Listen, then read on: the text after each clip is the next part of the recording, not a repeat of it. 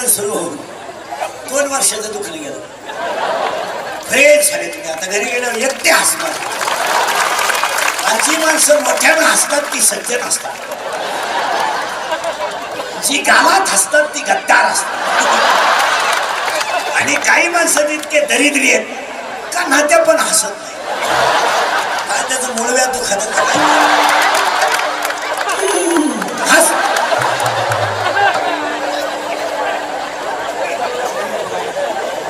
राहायचं तरी किती दिवस?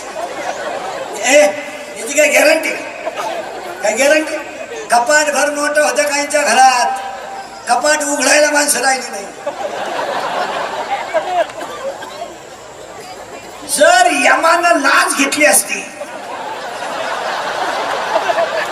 तर लोकांनी कोरा चेक यमाला दिला असता. आकडा टाक माझा बाप खाली घे. 4 वाक्य मरेपर्यंत ध्यानात ठेवा. पैसा कामा येत नाही, सत्ता कामा येत नाही, संपत्ती कामा येत नाही, मित्र पाहुणे कामा येत नाही, पण चांगलं वागणं वाया जात नाही. पैसा बिसा काय काम येत नाही. लय पैसे आहेत लोकांना. काही कामाचे नाही. सत्याला काय घेऊन बसले? आयतावर वळवळ.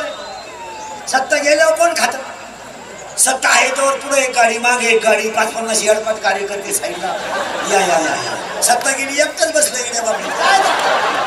हे शरीक आहे. हे सगळं शरीक आहे. सत्ता वित्ता संपत्ती विपत्ती हे शरीक आहे. फक्त भजनच कायमचं आहे.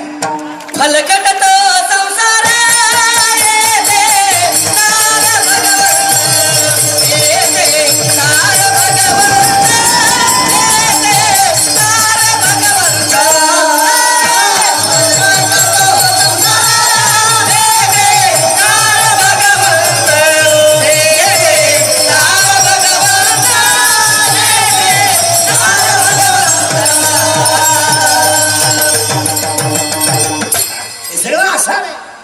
सकाळी आहे दुपारी नाही देव सगळ्या जगात.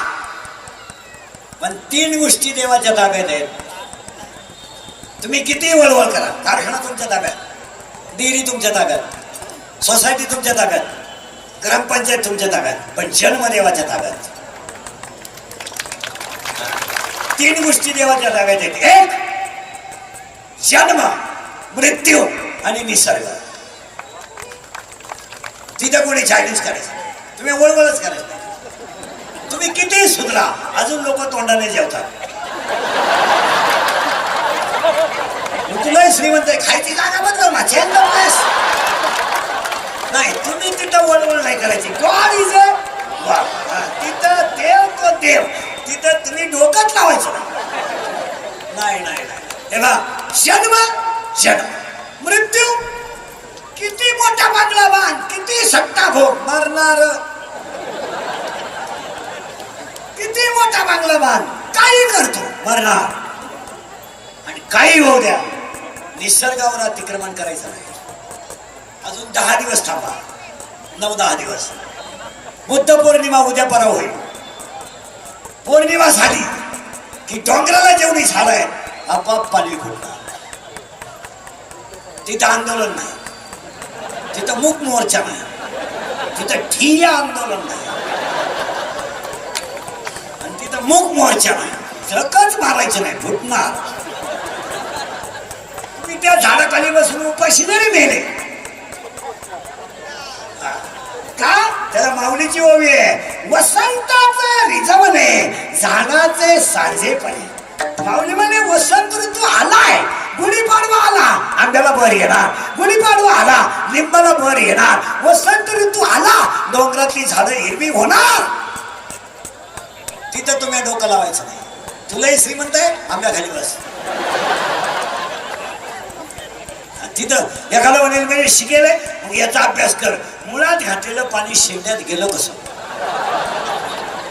झाडाखाली जरी मिळालं तुझ्या बापालाही कळणार नाही, तुला तर कळणारच नाही. ईश्वरी शक्तीला चायनीज करायचं नाही. काय म्हणे इथं डोकं लावायचं नाही. तुम्ही विद्वान असाल, सासरवाडीला पाहिजे. मला लय पगार आहे, सासरवाडीत जायचं. इकडे डोकं लावायचं. आंब्याला बर येणार म्हणजे जन्माला माणूस आलाय मरणार म्हणजे आणि तुम्ही परत जन्माला येणार म्हणजे तिथे डोकं नाही. हा म्हणजे आता पळ काय तुम्ही मी समाजासाठी काय केलंय पुढे काय केलं काहीच केलं नाही करायचं नाही काय फोन घ्या माझा अपघात झाला मागच्या 15 वाल्यात गाडी बिडी पार गेली पुरी मला एक माणूस वाचवाय आला पण क्लिपा काढाय कुणी मला म्हणलं नाही तू खोट्यातून गेला का तू कोणी बोल गेले का तू उधळला मी उठेपर्यंत व्हॉट्सअपला पडलं पण मला एक नालायक म्हणलं नाही बा तुला खर्चाटलं का फक्त पैसा व्हॉट्सअपला टाकलं पैसा बातमी कशी टाकली माहिती इंदुरीकर अपघातातून बचावले आता काय वाचले म्हणलं असतं तर काही झालं असतं बचावल्याचा अर्थ काय माहिती का ही अवलाद जगलीच कशी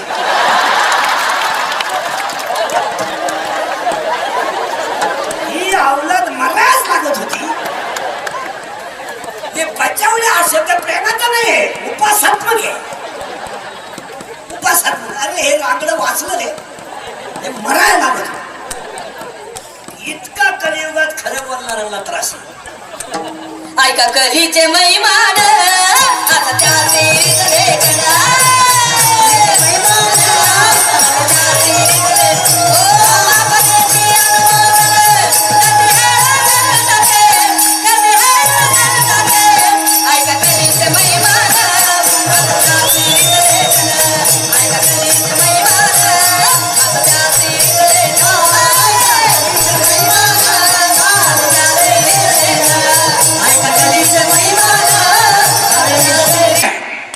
जंगलवाद जास्त आहे हप्त्यावर मोबाईल घेणारी माणसं आहेत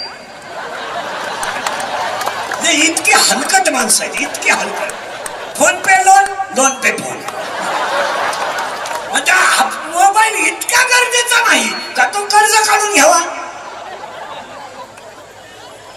मोबाईल इतकी सिन्सिअरिटी नाही आहे की हप्ते भरा मग मोबाईल घ्या हप्ता थकला स्टेटस सगळं जप्त करा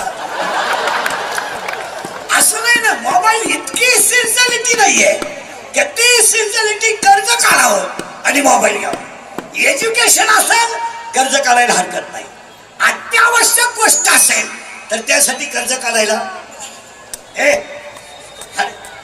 हरकत काय हरकत मुलगी MBBS करायची कर्ज काढायला का हरकत आहे मुलगा PSI होणार आहे कर्ज काढायला का हरकत धंदा व्यवसाय उभा करायचा आहे कर्ज काढायला का हरकत आहे पण तुम्ही जर मोबाईल हप्त्यावर घ्यायला लागले मग माणसं भिकारी होण्याचं हेच कारण आहे तर उत्पन्न कमी जंगलवाद जास्त किती भारी स्वयंपाक केला तर नवरा बायकोच्या दोघांच्या जेवणाला 90 रुपयाचं मटेरियल घरात लागत नाही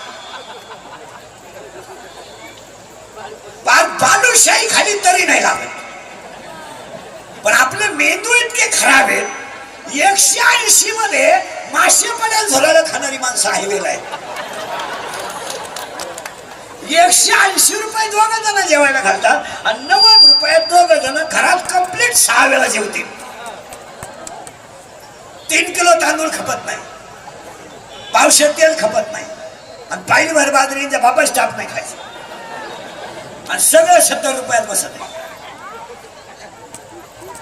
माणसं भिकारी का झाली जंगलवाद जास्त झाला तर माणसं उतकल्यावाने वागायला का लागली त्याचं कारण आहे कष्ट झाले कमी आणि उत्पन्न झाले जास्त कष्टाचं असल्यावर माणसं येडेवानी करत नाही पण फुकाटचं मिळालं का ऊत आल्याशिवाय दुसऱ्याची गाडी वापरायला मिळाली का हॉर्न वाजवणारच दुसऱ्याची गाडी मिळाली का तो कुत्र्याला लाथ हाणणारच दुसऱ्याची गाडी मिळाली का तो पुरीला बोकड्याचा आवाज काढणारच गाडी फुकट आहे ना स्पीड मध्ये मुठपेल घालणार का फुकट पेट्रोल त्याच फक्त माज याचा फुकट आणि 90% लोकांना कष्ट करायची सवयच राहिली नाही फक्त फुकट पाहिजे इंटू ब्रॅकेट पेंड. पेंड पाहिजे पेंड. कष्ट नको फुकाट पाहिजे. आणि कधी ध्यानात ठेवायचं कष्टाची लक्ष्मी धोका देत नाही आणि फुकाटची लक्ष्मी माणूस संपवल्याशिवाय राहत. पुन्हा पुन्हा निघायचा कष्टाचा जो पैसा आहे तो माणसाला समाधानाने झोपवतो आणि फुकाटचा पैसा गोळ्या घेऊन झोप येत नाही. काहींना प्रत्येक प्रकारच्या गोळ्या आहे. पालथ व्हायच्या गोळ्या उताने व्हायच्या गोळ्या. पालथ व्हायची घेतली नाही उतानाच राहिला. उताण्याची घेतली नाही पालथच राहिला. काहींना तोंड वाचवायची गोळी आहे. काहींच्या कपाटात नुसत्या गोळ्याच आहेत. रुपड्या नाही फक्त गोळ्या. थुकायची गोळी खोकायची गोळी. तोंड वाचवायची गोळी तोंड मिटवायची गोळी. शरीराला गोळ्यांची गरज का पडते? मन कमकुवत झालं की रोग उत्पन्न होतो.